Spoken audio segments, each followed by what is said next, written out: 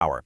We're talking about a toolkit that gives you the absolute ability to decode body language, completely dismantle manipulation, and reveal the truth that's just hiding right there in plain sight. So let me ask you this. Can you genuinely tell when you're being lied to? Imagine just knowing someone is deceiving you before they even finish their sentence. Whether you're dealing with a shady colleague, a manipulative friend, or just some stranger with hidden motives, being able to detect lies gives you an unbelievable edge in literally every interaction. Look, before you can spot deception, you really need to know what honesty looks like. You simply cannot trap a liar if you don't know what their personal version of the truth is. And that's what we call baseline behavior. Every single person has this natural, super comfortable way of operating when there's zero pressure. To figure this out, you just observe them during a totally casual conversation. Pay attention to how fast they talk, the kinds of details they naturally give, and what they do with their hands when they're just relaxed and chatting. And this brilliantly illustrates exactly what we're looking for, because the contrast can be super stark. If a person's normal state is steady eye contact and totally relaxed hand gestures, but then during an important question, they suddenly shift, like they won't look at you or they start uncharacteristically fidgeting, that deviation is your first trap. Now, these shifts don't totally guarantee dishonesty, but they are a massive, flashing red light that you need to be paying closer attention. This is where it gets really fascinating. We're talking about micro-expressions. These are tiny, lightning-fast facial movements that last less than a second. Seriously, a fraction of a second. They're triggered by the amygdala, which is the emotional center of the brain, and that means they happen entirely automatically. The brain literally reacts and splashes the true emotion right onto their face before the person can even consciously think about hiding it. To spot these split-second betrayals, you've got to lock in on the eyes, the mouth, and the eyebrows. If their eyebrows quickly pull together or shoot up, that leaks surprise or fear. A slight, almost invisible clenching of the jaw, that betrays anger. Or, my personal favorite, maybe you catch a tiny, quick smile that instantly disappears while they're telling you some supposedly sad story. Oh yeah, that is a massive red flag.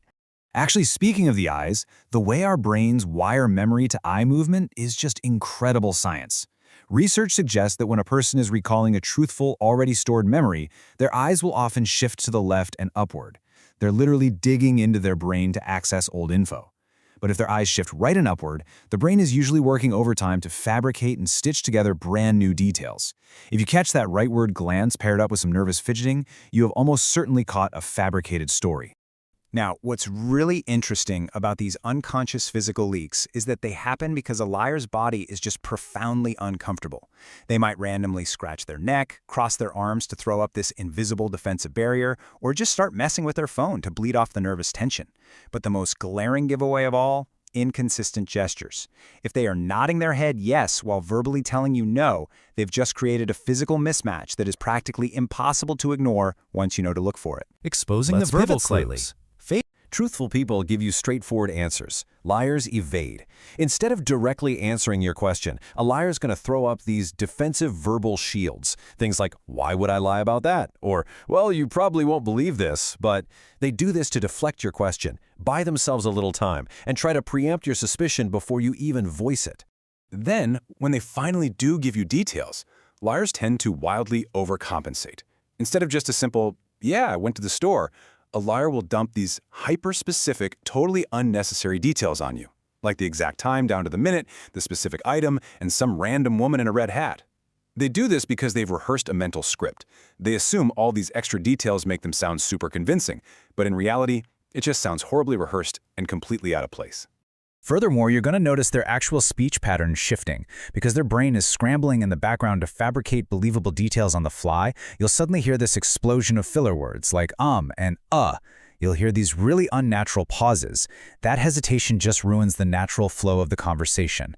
And then they might suddenly rush through an explanation just to get it over with, or weirdly slow down to make sure their own lies actually track. And reframing. Let's move to the offense. This is the exact moment we transition from just sitting back and observing to taking totally active control. This is your offensive arsenal.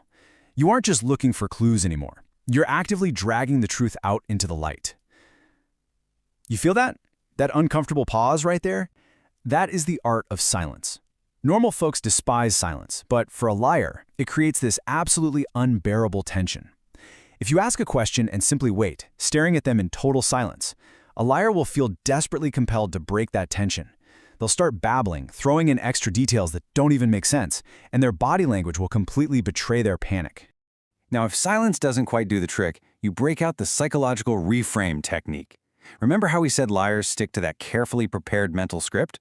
Well, reframing is this brilliant, completely non-aggressive way to just shatter that script. By slightly changing the angle of your question, you force their brain to rethink everything right there on the spot. You throw them completely off balance, which very often triggers an accidental confession. So the crucial point is exactly how you phrase it. A standard question, like, "Did you eat the last piece of cake?" gives them an easy yes or no escape hatch. But a reframed question, "What made you decide to eat the cake?" subtly bakes in the assumption that they definitely did it. The liar is utterly unprepared for this curveball. They have to rapidly adjust their whole story on the fly, which causes them to stumble over their words, give you conflicting answers, and generally just become visibly flustered. By establishing those baselines, decoding the tiny micro-expressions, exposing all their verbal evasion, and strategically weaponizing silence and reframing, you are now equipped to see so far beyond the surface. These behavioral science tricks give you absolute control over the power dynamics of any conversation. The hidden motives of the people around you, they aren't invisible anymore. The truth really is out there. So the only question left for you is, whose lies will you uncover today?